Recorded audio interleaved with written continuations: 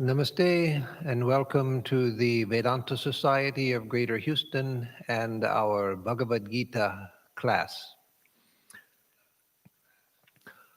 Om Parthaya Pratibodhitam Bhagavata Narayanena Swayam Vyasena Grathitam Purana Munina Madhye Mahabharatam Advaitamritavarshiniam Bhagavatim Ashtadashadhyayinim Amba Tvam Anusandadhami Bhagavad Gite Bhavadveshinim Vasudeva Sutan Devam Kamsa Chanuramardanam Devaki Paramanandam Krishnam Vande Jagadgurum Mukam Karoti Vachalam Pangum Langhayate Girim Yatkripa Tamaham Vande Paramananda Madhavam. Om, O Mother Bhagavad Gita, we meditate on you who were made known to Partha, Arjuna, by the Lord Narayana himself, you who were included in the Mahabharata by the ancient sage Vyasa, you the goddess who rains down the nectar of Advaita, non-dualism, in 18 chapters, you the destroyer of relative existence. We worship Krishna, world teacher, son of Vasudeva, the supreme delight of his mother Devaki, and the destroyer of the demons Kamsa and Chanura. We adore that supremely blissful Madhava, by whose grace the mute are made eloquent, and the lame are enabled to cross over mountains. Om Shanti Shanti Shanti Hari Om Tat Sat. Om peace, peace, peace be unto us all. So tonight we take up the study of the Bhagavad Gita where we left off last time, and that is in chapter 17, verse 20. And so probably tonight we will conclude this study of the 17th chapter. And so just for background, because we haven't had a class since before Christmas, a few days before Christmas, let me give a little background. And that is at the end of chapter 16, Arjuna asked Sri Krishna, at the end of chapter 16, Sri Krishna said that therefore the scripture is your authority in the matter of determining what is to be done and what is not to be done. That is, the scripture is that which guides us about proper action, what we should do and what we should not do. After understanding actions as presented by the scriptural instructions, you ought to perform your duty here. So that Sri Krishna ends chapter 16 on that note. And then chapter 17 begins with a consequent question of Arjuna to Sri Krishna, where he says, "O Krishna, what is the steadfastness, the nishtha, the conviction, however, of those who imbued with faith adore the gods by ignoring the instructions of the scriptures? Is it born of sattva, rajas, or tamas?" That is, in the previous verse, the end of chapter 16, Sri Krishna said, "Therefore look to the scriptures to know what you should do and what you should not do. And by following that, act." And then here Arjuna asked, but what about those who have faith and who adore, who worship with faith, but don't observe the instructions of the scriptures? So as I explained in previous classes, that could include those who belong to other traditions outside of the Vedic fold, who worship gods, but who don't follow the Vedas, but who have faith according to their own tradition. Or it could include those in the Vedic tradition, later known as the Hindu tradition, those who are part of the Vedic tradition, but who don't know the scriptures. And so they have faith and they worship the gods, but they never had Vedic instruction. And so they don't know how to follow the instructions of the Vedas. Is their worship sattvic, rajasic, or tamasic? Is it full of sattva guna, the quality of sattva, or of rajas, or of tamas? And so then Sri Krishna begins his exposition on the nature of sattvic, tamasic, and rajasic and tamasic action. The sattvic faith, the rajasic faith, and the tamasic faith. And he goes on to speak of matters of food, matters of sacrifice, matters of tapasya. And so last class, before Christmas, he was talking about the three kinds of spiritual practice: austerity, tapasya, that which is sattvic, that which is rajasic, and that which is tamasic. And so now he comes in verse 20 to gift giving, that which is sattvic, that which is rajasic, and that which is tamasic. And just to remind you, most of you are familiar with these terms, but just to remind those who may not be, sattva refers to the quality of equilibrium, luminosity, goodness, transparency, calmness of mind, self-control, etc. Then rajas refers to the quality of passion, action and reaction, strong likes and dislikes, and so forth. The agony and the ecstasy, going up one time and going down the next time emotionally, etc. So that is rajas, passionate action. And then tamas is the quality of darkness, destruction, ignorance, etc., laziness, etc. And so these three constituents make up all of nature. Everything in nature can be categorized according to these three constituents as the interplay of these three within everything that makes the world what it is. And so now coming to gift giving, he says in verse 20, Datavyamiti yad danam diyate nupakarine deshe kale cha patre cha tad danam sattvikam smritam. So here he's describing the sattvic gift and the act of giving, the sattvic act of giving and the sattvic gift. So dana, charity, gift giving, charity, known as dana, that's very important in the dharmic traditions, that is Hinduism, Jainism, Buddhism, and Sikhism. Dana is very important, as it is in other religions also. But in the Buddhist tradition, it's the first practice that the Mahayana Buddhist is supposed to undertake. That is, to open the generosity of the heart. The first two that are taken together are actually dana and shila, the first two paramitas out of 6 main paramitas in Mahayana Buddhism. So dana means charity, and shila means moral cultivation, that is moral purification, increasing your moral fiber and your moral strength. And so those two go together. And so dana, because in Mahayana Buddhism, compassion is regarded as the highest virtue. And so you begin by opening your heart, minimizing selfishness by learning how to give and to give generously. And Swami Vivekananda, in his instructions given at the formation of our Ramakrishna monastic order, he had the idea. It hasn't been instituted exactly as he had originally thought.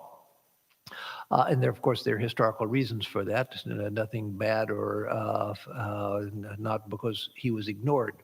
But his original idea was that brahmacharyans, that is novices, after joining the order, they first would engage in selfless service, feeding the poor, etc., but doing some selfless service. So the idea was similar to the Buddhist idea. Not that he took it from them, But as the Buddha saw the unselfishness as one of the necessary virtues one has to cultivate before anything in spiritual life is possible, so Swami Vivekananda always emphasized that. He gave great emphasis to dana, to charity, to charitableness, to generosity, and to unselfishness.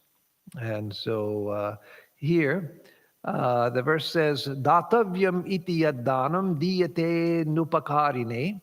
So that gift, yaddanam, that gift, diyate, which is given, that gift which is given, datavyam iti, because it's supposed to be given, because it should be given. So when you give a gift, just because that's the right thing to do, it's the right thing to do.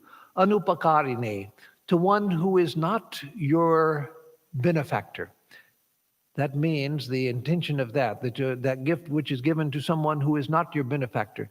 That is, it doesn't mean you can't give to your benefactor, but that's not really dana, because he scratches your back and you scratch his back, as we say in English, scratching each other's back. So you help me, so I give you something back because you helped me. So no, that's not dana, that's not charity, that's reciprocity. There's nothing wrong with reciprocity, but that's not a virtue, that's a transaction. And so the datavyam iti yaddanam, it should be given, and therefore I give. That type of gift which is not given to a benefactor, deshe kale cha patre cha, with regard to deshe, to the proper place, kale, to the proper time, patre cha, and to the proper recipient. So the gift should be given at the right time, in the right place, and to the proper recipient. Taddanam sattvikam smritam. That gift is known as sattvika. So such a gift is a sattvika gift. When it is given because it's the right thing to do, not because the spotlight is on you and people are watching, not because you're going to get something, not because you want something, not because you're giving it to a benefactor because they've given to you, so now I'm going to give back so that the benefactor continues being my benefactor. No, that's not dana. Again, that's not bad, but that is just a transaction. That's a business transaction. So that gift is referred to as sattvika, which is given with the idea that it ought to be given. This is what is the right thing to do to a non-benefactor. That is, to a person who you're not expecting help from, at the proper place, proper time, and to a proper person. So remember that the sattvika quality, the sattva guna, or sattvika quality, that is the quality of equilibrium, transparency, luminosity, dharma, that which is at the right place and right time and in the right manner. That is the quality of intelligence. All of these things come into sattva guna, the quality of sattva. And so these naturally follow as the way that a sattvic person gives a gift. So to the, first to say, to the proper person. So you give it to a person who you realize that the gift is proper for this person. That this is the proper gift for the proper person. So you consider the person, their need, and what will be good for them. And then at the proper time and proper place. So you take care about giving the gift. To take just a very simple example, and we can think of much more complex examples that would apply, but to take an extremely simple example, someone is walking past you with their hands full of something that they can't just set down. Say they're helping with shrine work or something, and they're carrying some sacred object with their hands, and you want to give them something, and you say, "Here, this is for you." How are they going to take it then? They've got their hands full, and so you're just giving them an inconvenience. Now you've put them into a quandary. They want to be proper in the way they receive the gift. So now do they have to find a place to put this down, to take the gift, go put it somewhere, and then come back and take this? Or do they give an explanation that, no, I can't take it right now. I've got to go put this down. Please hold it for me. You've only given them a problem. So in such ways and much more complex ways, look to the proper time to give it. The time which is going to be good for the person, which is going to be convenient, which is not going to cause inconvenience to the person. The proper place. You give it to them somewhere where they can accept it and take it without inconvenience. And again, to the proper person.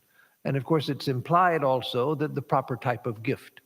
So if you know somebody has had an eating disorder and they're trying to get over their eating disorder, then you don't come bring them a big chocolate cake or something when you know that they're having a struggle with their eating habits that they're trying to correct. Or someone who has a severe problem with alcoholism. You don't come and present them with a bottle of wine, because you know that that's not proper for the person. So the proper gift to the proper person at the proper time and in the proper place. All of these are considered for the sattvika gift. And let me say, before going on to the next verse, let me say another word about the datavyam iti. It should be given, thus it is given. That which, it's the proper thing, it's proper that I give. So the person who is sattvika tends to do, well, that doesn't tend, as long as they are in a sattvic state. If they have cultivated sattva, then they do that which is the right thing to be done, and they do it because it's the right thing to be done. I've mentioned various times before in different talks this Gujarati saint named Narasimha Mehta, who has a bhajan, devotional song, in which he says that the good person never thinks that I have done something good. So as I have explained on other occasions, that doesn't mean, it's not an expression of humility, that the good person thinks, oh, I'm such a bad person, I never do anything good, I'm no good, I'm a worm, etc. No, it has nothing to do with that, the wrong understanding of humility. It means that the good person does that which is appropriate to the time, place, and circumstance. They're not doing things for show. They're not doing things because they think they should do it. No, they see that something is appropriate to the situation and they do it. So they don't think, oh, I did such a good action. If you ask them why they did what they did, they would say, what else should I do? Of course I'm going to do that. That was the necessary thing to do in that situation. So, datavyam iti yaddanam. It should be given, therefore it is given. That is the idea of the sattvic gift. The sattvic person doesn't think, oh, I gave a gift and I was such a good person for having given it, and I'm so proud of myself for having given a gift, or I'm a good person, or people will think well of me because I did something good. No, what else am I going to do? That was the right thing to do in the situation. I did it because it was the right thing. So now verse 21 comes to the Rajasic gift. Yattu pratyupakarartham phalamuddishya va punaha diyate cha pariklishtam taddanam rajasam smritam. So taddanam rajasam smritam, that dana, that gift, that act of charity is known as rajasic. Again, the middle guna, the one of action and reaction, passion, etc., strong likes and dislikes, strong attachments and aversions, etc. So that gift is rajasic, which is yattu pratyupakarartham, which is expecting, artham, which has the purpose of, artha, pratyupakara, of reciprocity. So it's given for reciprocity. You scratch my back and I'll scratch your back. And so either I've gotten something good from you, and so I give you something back, so that this good feeling continues between us, or I'm giving to you with the expectation that you give me something back. So again, that idea of reciprocity, I'm giving with the hope of reciprocity, or in recognition of reciprocity. Phalam uddishya va punaha, or again, which has an eye to the fruit that I'm going to get from this. The fruit meaning the good karma, that by making this gift, then I will become famous, or I will maybe go to heaven if I'm giving a big gift publicly. Both it'll bring me fame, and also maybe I can buy my way into a heavenly afterlife because I gave so much in charity. So that which has an eye to what I'm going to get out of this. So one is that gift which is given with an eye to reciprocity, that I scratch your back, you scratch my back. And then looking for karmic results. I give this so that I can get some good karmic things, some good karmic goodies out of this, so that Santa will be good at Christmas time, and God will be good when I die and give me good things, and society will think well of me and give me good things, etc. So these two qualities. And then diyate cha pariklishtam, which is given grudgingly. So that which is given with this eye to reciprocity, which is given with an eye to the fruits of my action, that I'm going to get good karma and the good fruits of karma from this, and which is given grudgingly, meaning that I really don't want to give. It really hurts me to part with my wealth, even if it's a small gift. People feel bad about parting with anything, and so they give grudgingly. Did I really need to give so much? Maybe I'm being excessive. I could use this money later for something else. Maybe it's not going to bring me all of the good things that I'm hoping for out of it. So that kind of, all of these factors together make gift giving rajasic. So it's not that you have to have all three all at the same time for it to be rajasic. If any one of these three factors is there when giving a gift, then that makes it a rajasic. So sometimes you may just be thinking of reciprocity because your benefactor is there and you want to give him or her something so that that reciprocity remains. So you keep getting good treatment from them. That may be the only thing involved in giving the gift. Or it may be that you're giving to a charity or to an institution and expecting your name to be put on the Swami Atmarupananda Memorial Hospital, hoping to have one's name emblazoned on an institution. So a view to the fruits of what you're going to get from making the gift. That could, you're not thinking of reciprocity, and you're not thinking grudgingly, but you're thinking of the fruits.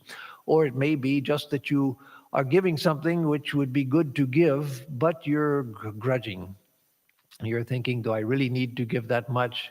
I'm giving $30 after all. I could use that for something else. Maybe I should make it 25. Maybe that would be enough. I don't really need to give 30. All of these calculations. So any of these make a gift given with any of these a rajasic gift. And so then in 22, we come to the tamasic gift. Adesha kale yaddanam apatrebhyascha diyate asatkritam avagnatam tattamasamudahritam. So tattamasamudahritam, that gift is known as tamasic. That gift is called tamasic, which? Adesha kale yaddanam, that gift which is given without regard to the time or place. Again, a person who gives something to somebody in the midst of in an inconvenient moment, or in front of the wrong person without thinking about the consequences of doing it, apatrebhyascha diyate, and which also is given without regard to the proper person. So you're giving something to a person who either doesn't need what you're giving, doesn't want what you're giving, or is going to be hurt by what you're giving. Any of those things would make it tamasic. You're not caring about the person. You're giving without thought to the proper person to receive this gift. You're not thinking about the proper time and place. So the Rajasic gift is given with some attention to time and place because you want you want to get the best effect for your gift. You want the biggest bang for your buck, as we say. And so you give it with great attention to who's going to be there, who's watching, what time will the press be present, and all of that. So a Rajasic gift isn't unmindful of the time and place. But things are done for selfish reasons. So again, the factor in rajas is that selfishness, attachment, and aversion. But tamasic gift is given without regard to time, place, or person. You don't even look to that because, again, tamas is the quality of darkness, of ignorance, of laziness, of destruction, etc. So that gift which is given without regard to time, place, or to the proper person, the matching the proper gift for the proper person, none of that is thought of. Asatkritam, avagnatam. So asatkritam, without the proper treatment, satkara, without without doing it in the proper way. So asatkritam means without any regard to the proper treatment of the person that you're giving. So again, a rajasic person, because they're expecting to get something out of the gift, they may give the gift with great ceremony because they want to get something. And so doing it in the proper and the externally proper way, the proper form, that becomes important because, again, the press is there, they're watching, rich people are watching, they may be impressed, and so forth. But the tamasic person, again, the quality of laziness, ignorance, etc., then they don't pay attention to the proper treatment, giving the gift in the proper way. And avagnatam, with the disdain, that is not giving the gift with respect, but with disdain. It can be disdain for the person, or disdain for the situation, or disdain for giving the gift, whatever, but just with a negative attitude, So the running translation is, that gift which is made at an improper place and time, and to undeserving persons, without proper treatment and with disdain, is declared to be tamasa. And so I would like to expand that a little bit, as I did in my explanation before I read out the translation here, because it's larger than just improper place and time and to undeserving persons. It's the person may be deserving of a gift, but you're giving the wrong gift to the person. You're not matching the gift to the person's needs, and so again, everything is mismatched. Everything is done haphazardly. Everything is done without attention and without proper protocol, etc. Satkritam. So, and as with the Rajasic gift, any of these elements in the Tamasic gift is enough to make it tamasic. If everything else is okay, but you're not don't pay any attention to the proper time to give the gift, you give it at a bad time because you're just unthoughtful, that itself makes it tamasic. Or you give it in the wrong place where the wrong people will see, where it will create misunderstandings, where it's going to cause whatever trouble, that makes it tamasic. If you give the wrong thing to the wrong person, that makes it tamasic. And if you, even if you give what could be considered the right thing, but you do it with improper treatment, with improper protocol, etc., then or with disdain or something, then any of those things make it a tamasic gift. So then we come to verse 23, so this ends the discussion of the sattvic, rajasic, and tamasic gift. And now he comes to a theme which covers all of the different sattvic, rajasic, and tamasic activities, whether it's sacrifice, or whether it's food, or whether it's austerity, whether it's gift giving, etc. So he says, 23, Om Tat Saditi Nirdesho Brahmanastrividha Smritaha Brahmanastena Vedascha Yajnascha Vihita Punpura. So Om Tat Sad Iti. Om Tat Sat, the famous statement, Om Tat Sat, which literally means Om, that, Tat, existence, Sat. So Om, that existence. So it's, of course, that doesn't mean much in English. In Sanskrit, you can, as in many languages, you can make a sentence without a verb. The verb is implied, and so in Sanskrit that is possible. In English, you can only do that in very restricted circumstances. And so Om, that existence, doesn't mean anything in English, but in Sanskrit it means Om is that existence, that meaning that infinite reality, that meaning not this that we see, this is this that we see, but that reality, that which is unseen, that Sat is known as Om. Om is the name of that reality, that existence, that truth. Now, of course, reality is right here, but that because we don't see it. We see this, which is founded in our ignorance. If we were in a state of illumination, then this would be the reality, but we don't. And so it's Om Tat Sat, meaning that which is not what you're looking, not the way that you're looking now, but that which is the real reality, that which is not present to your senses, but is the reality behind all that you're seeing. So that is Om, is the existence, is reality, Sat, which is reality, which is existence. That is Om. So Om Tat Sat Iti Nirdesho, this designation, Nirdesha, the designation known as Om Tat Sat, Brahmanas Trividha Smritaha, is known as the Om Tat Sat Iti. Om Tat Sat is known as the designation, the threefold designation of Brahman. Trividha, threefold, Brahmana, of Brahman. So Smritaha is known. So Om Tat Sat is the designation, threefold designation of Brahman, of the reality. So Om Tat Sat points us to reality.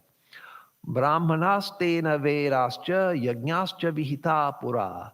Pura in ancient times. In ancient times, again, for us, the Gita is very ancient. At least a couple of millennia before the time of Christ. And for the sake of scholars who are very particular about statements, I don't mean that it was necessarily written down in its present form 2 millennia before Christ, but it pertains to, has come down as a tradition from at least 2 millennia before Christ, and maybe even much earlier than that. So this Nirdesha, this designation of Brahman, this threefold designation of Brahman, in olden times was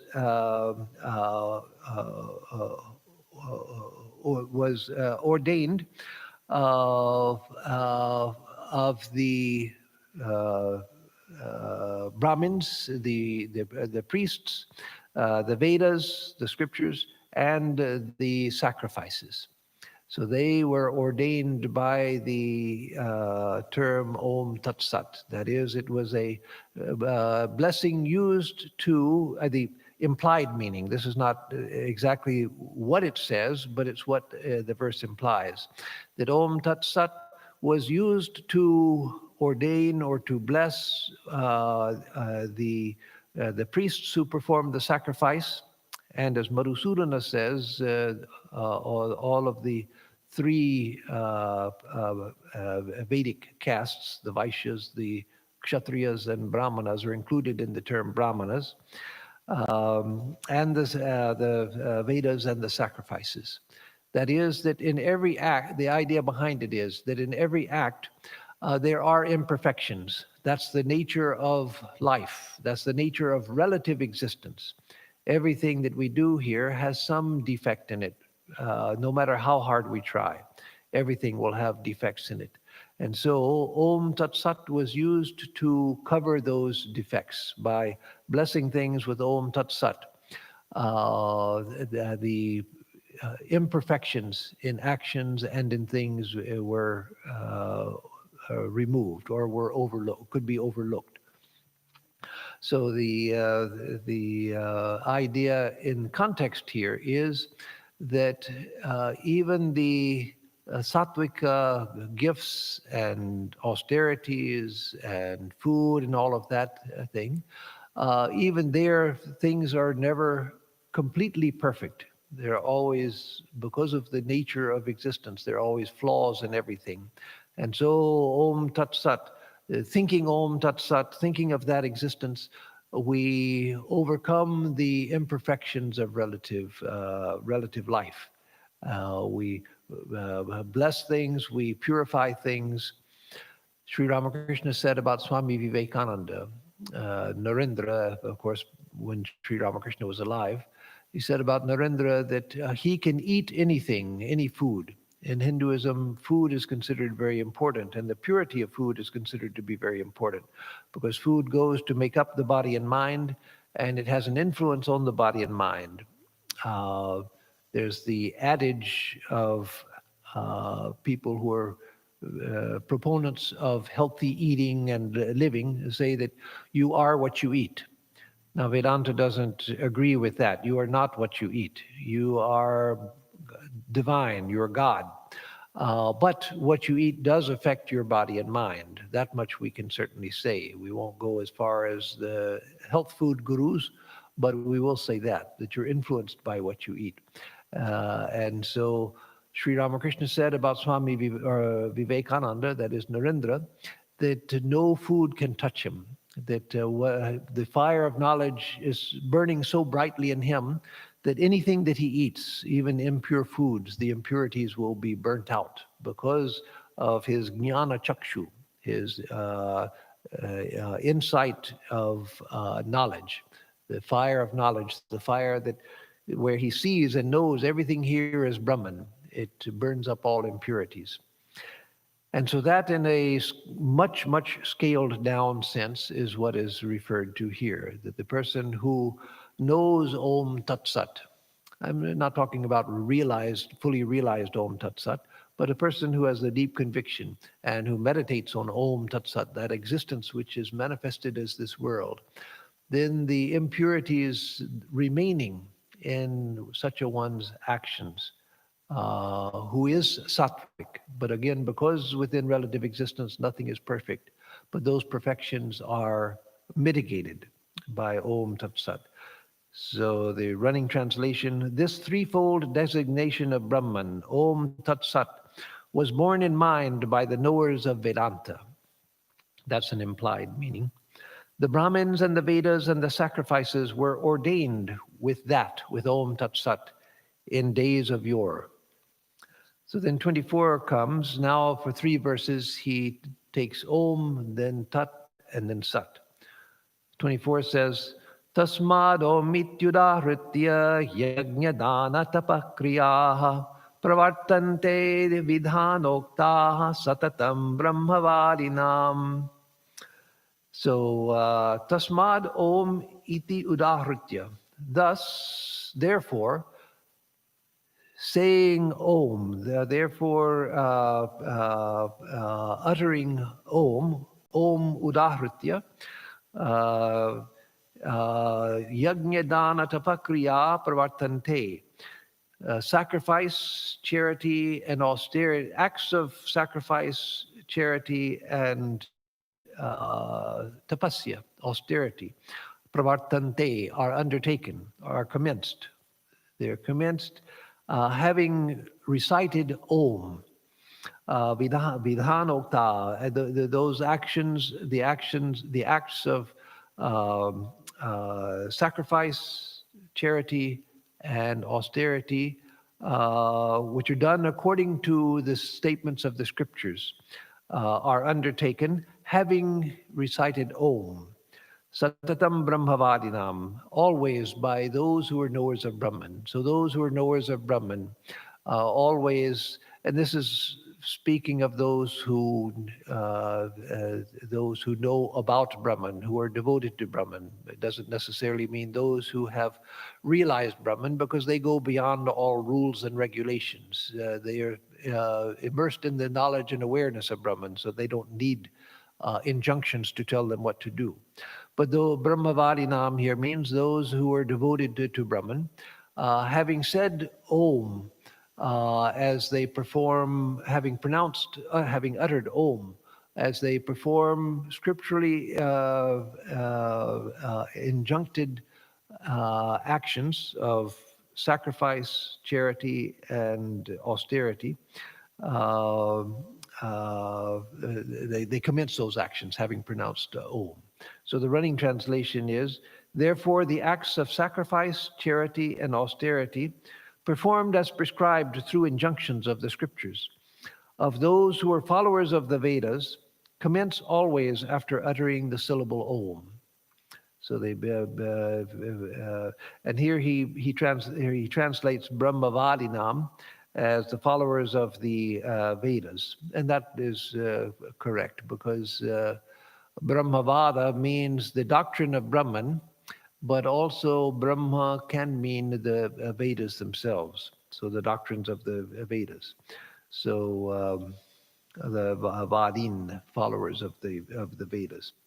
So therefore the acts of sacrifice, charity, and austerity prescribed through injunctions of those who are followers of the Vedas commence always after uttering the syllable Om. That is, in better English, they commence all of these actions uttering Om. Then we come to 25. Tarityanavidsandhaya phalam yajñatapakriyaha dana kriyascha vividha kriyante mokshakankshibhihi. So tad iti abhisandhaya phalam. Tad, uttering tad, which again literally means that existence, that without seeking for the fruit, phalam abhisandhaya, not seeking after the fruit. So tad, saying tad, without seeking for the fruits of the action, yajñatapa kriyaha, dana kriyascha, vividha, various types of sacrifice, austerity, and charity, acts of sacrifice, charity, and austerity. Kriyante moksha kangshibi. Thus, those actions are done by those who desire liberation, moksha kangshibihi. So after uttering the word tat, acts of sacrifice and austerity, as also the various acts of charity, are performed without seeking for results by persons aspiring for liberation. So then we come in verse 26 to Sat.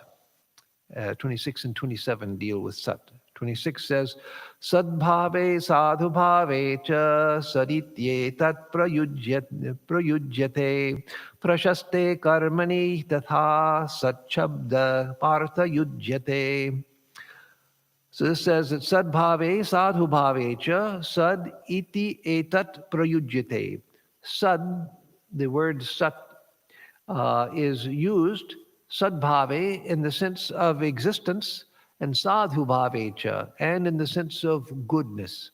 So sat, the word sat, is used to indicate existence and also that which is good. So sat has these two significances. It refers to existence itself, and it refers to the state of goodness.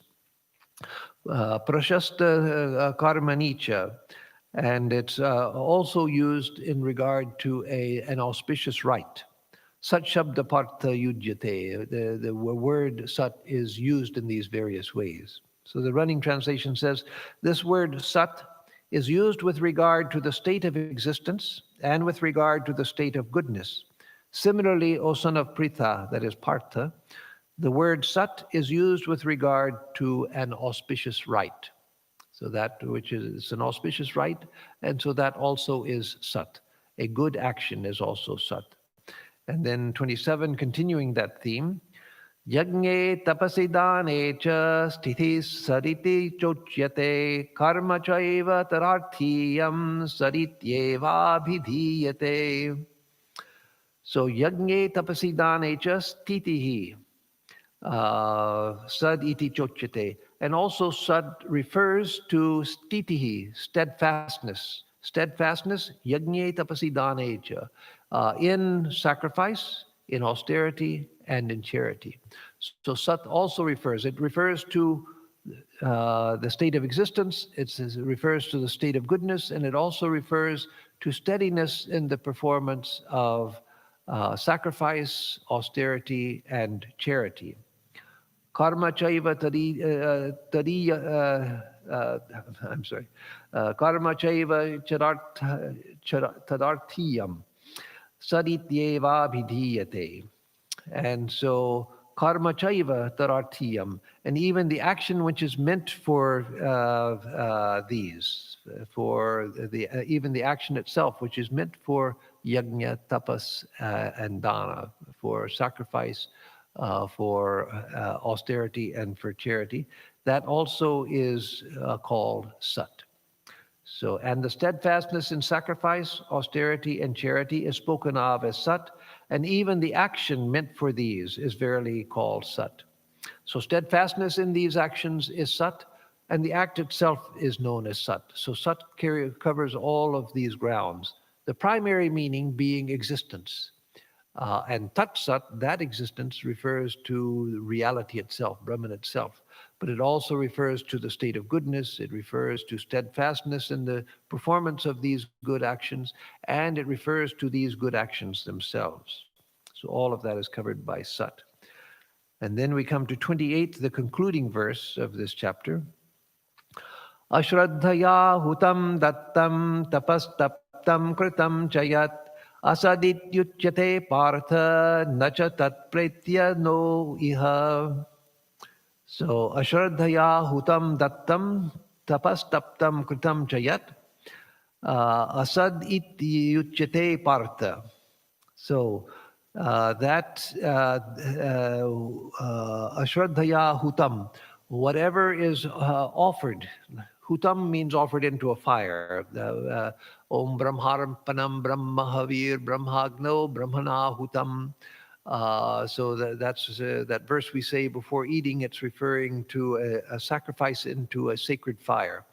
And so ashraddhaya hutam, that which is yat hutam, that which is offered into a fire without faith. Ashraddhaya, without faith. Dattam, that which is given without faith. Tapastaptam, and that sacrifice which is that austerity which is performed without faith. Kritam chayat, whatever is done without faith. Asad ityuchyate partha, that is known as asat, o partha. Nacha tatpretya noiha, that brings no good after death, nor does it bring any good here.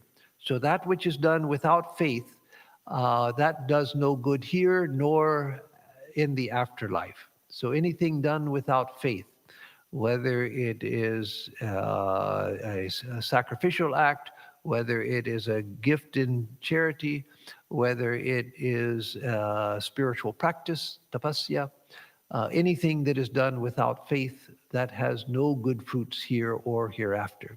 And so it's only wasted energy. So what about us who don't always have great faith? Well, no, this isn't meant as a condemnatory verse to tell people that they're worthless. It's meant to praise the value of faith. because it's only that which is done with faith which bears the best fruit. Everything else, yes, it produces some fruit, of course. Everything produces fruit, but it's not fruit worth the while, not fruit worth the energy. And so it's a call to develop faith. And also, it is an answer to to Arjuna's question at the beginning of this chapter, which I referred to at the beginning of this class, in the review I gave at the beginning of this class. In the first verse of the 17th chapter, Arjuna asks, "But what happens to those who worship with great faith, but who don't follow the scriptural injunctions? Is their worship, is their adoration, is it sattvic, is it rajasic, or is it tamasic?" And so from this answer that Sri Krishna gives here throughout the chapter, but concluding it here in this verse, it's clear that if it's given with faith, as Arjuna asked, those who worship with faith, but not according to the scriptures, as I explained earlier, either because they don't know the scriptures or they belong to some other tradition. Yes, their sacrifice, their tapasya or spiritual practice, their gift is sattvic because it's done with faith. So as is a person's faith, so is the value of their act. And so other things can be overlooked if one does an act with faith. So it's said that intention is most important, but it's also said in English oftentimes that the road to hell is paved with good intentions. So there's a contradiction. You say that the intention is the main thing, but then it's also said that the road to hell is paved by good intentions. Well, that last statement, the road to hell is paved with good intentions, means that we only have good intentions, but we never carry anything out. Oh, I would love to give $1 million in charity. Oh, I would love to build a hospital for the poor and sick. Oh, I would love to teach poor children. Oh, I'd love to help out with my local temple. Or I would love to do so many things. I would love to help my friends. But that's where it ends. I don't ever do anything. So that's what the road to hell is paved with good intentions means. The person who only has good wishes for doing so many things, but they don't do anything. One of my teachers in India, great Swami, used to say, and he was talking about specific people, I don't need to bring that up, but we all know such people. He said, so-and-so is very good, but good for nothing. So what he meant was he's very good because he doesn't go out and do bad things to people, but he also is good for nothing because he never does anything good. So that's what the road to hell is paved with good intentions means. But the intention is the main thing means that if you have the right intention and you do something, not just thinking that, oh, I would love to build hospitals for the sick and I'd love to give in charity and I never get around to actually writing the check. But no, you do things and you do it with the right intention, that is, with faith. Then that's the important thing. Even if other things are missing, even if you don't know all of the proper protocol and so forth, but the fact that your intention was good, you did it with faith. And so again, that is the answer to Arjuna's question at the beginning of this chapter. So now we will begin next class, next week, with chapter 18. So now I'll give announcements, and if there are a couple of questions, a question or two or three, I will try to take those after the announcements. So announcements. On Thursday, we will have the Gospel of Sri Ramakrishna class, the first one after our Christmas break. And that will be at the usual time, 11 o'clock. And of course, it will be live streamed Thursday. On Sunday, in place of a lecture, we will be celebrating the birth of Swami Vivekananda.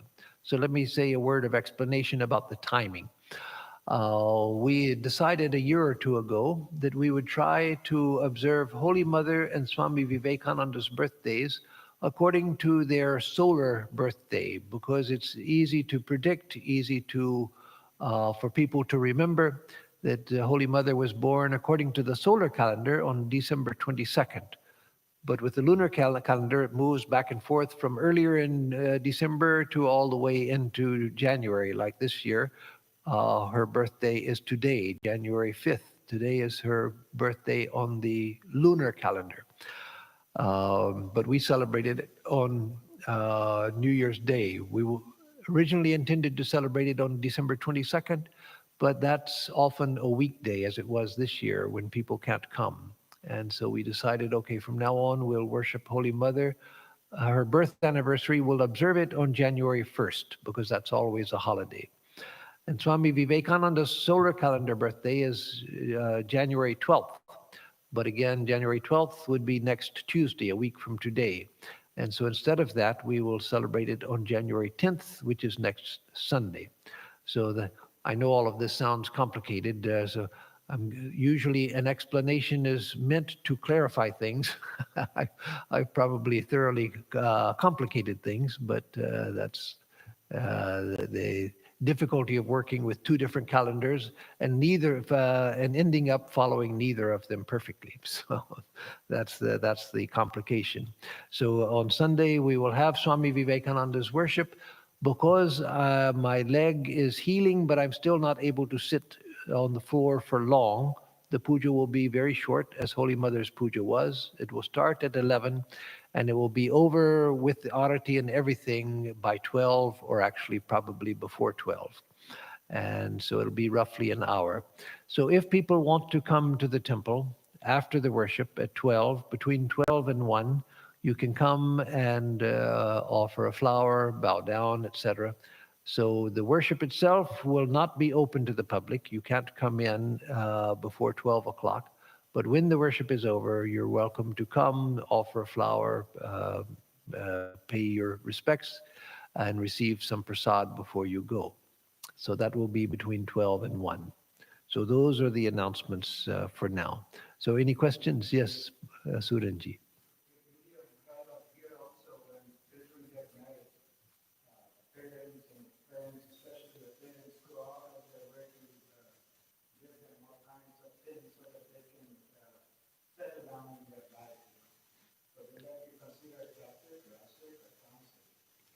Yes, so the question is that in marriages, speaking specifically of Indian marriages, but it's common enough in some other cultures also. There's a form of this in Western culture as well, that in an Indian marriage, that when the children are getting married, the parents and other well-wishers, they give the new couple all kinds of gifts to help them get established in life. So is that sattvic, rajasic, or tamasic? And so that depends. It's sattvic if it's given just out of love and for the welfare of the person, and is given with the thinking about the person and what what will might be good or of use to them. Now, we don't always know that. So, but if the intention is, I know the people, I want to give something, I think that this will be useful, and I'm giving it out of love. I'm not giving it because I want them to later come, and when my children are getting married, that they're going to bring big gifts for my children, then it's a sattvic. If it's done for ostentation, you're giving to them, but you're really thinking more about yourself and what people are going to think because of the gift I gave, or you're thinking that let me give them a big gift because my son's wedding is coming up next year, and I want them to give a lot to my son. So then it becomes rajasic. And if it's given without any thought to anything, just give something and get it over with, then that's tamasic. So the fact that it's a tradition and that it's a gift for children that are getting married and it's for a useful purpose, that doesn't make it rajasic or tamasic. That can be perfectly sattvic. And it doesn't make it necessarily reciprocal. It's just I'm giving it because it's the right thing to do. It should be given. it will do them good, and I'm thinking about the right time and place, etc., then it's a perfectly sattvic gift.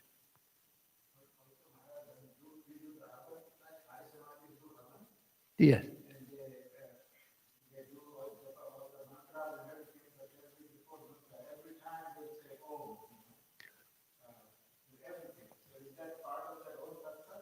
Yes, yes, that's why. So, what Surin is asking, Surin, who takes care of our video, is asking that in the Arya Samaj, when they're doing Havan, that is the fire ceremony, the fire worship, which is based on the Vedic fire ceremony, whenever they offer anything into it, they first say Om. And so, yes, that is what Sri Krishna is talking about here. And that is why when we do a chant, at the beginning of every chant, we say Om at the beginning of every chant. And in our puja, or in our homa fire, in our tradition, the mantras are always preceded by Om. And then at the end of our chants and the end of programs and the end of our puja and so forth, it ends with Hari Om Tat Sat. So Hari is added just as sort of an extra thing. Hari meaning that it personalizes it. You're recognizing that I'm speaking to God. So Hari Om Tat Sat. So the essence is Om Tat Sat. You just add Hari in the beginning of it. That's a traditional thing. So that also is what Sri Krishna is talking about here. Yeah. Okay. So we'll stop here, and I'll give the closing chant. Om Yam Brahma Varunendra Rudra Marutastun Vanti Divyaistavai Vedai Sangha Padakramo Panishadair Yam Samagaha Dhyanavastita Tadgatena Manasa Pashyantiyam Yogino Yasyandam Navidusura Suragana Devaya Tasmae Namaha. We bow to that Supreme Being, whom Brahma and other gods praise with divine hymns, whose glories the singers of the Sama hymns sing through the Vedas and Upanishads, whom the yogis see with their minds absorbed in that through meditation, and whose end or beginning neither the gods nor demigods know. Om Shanti Shanti Shanti Hari Om Tat Sat. Om, peace, peace, peace be unto us all.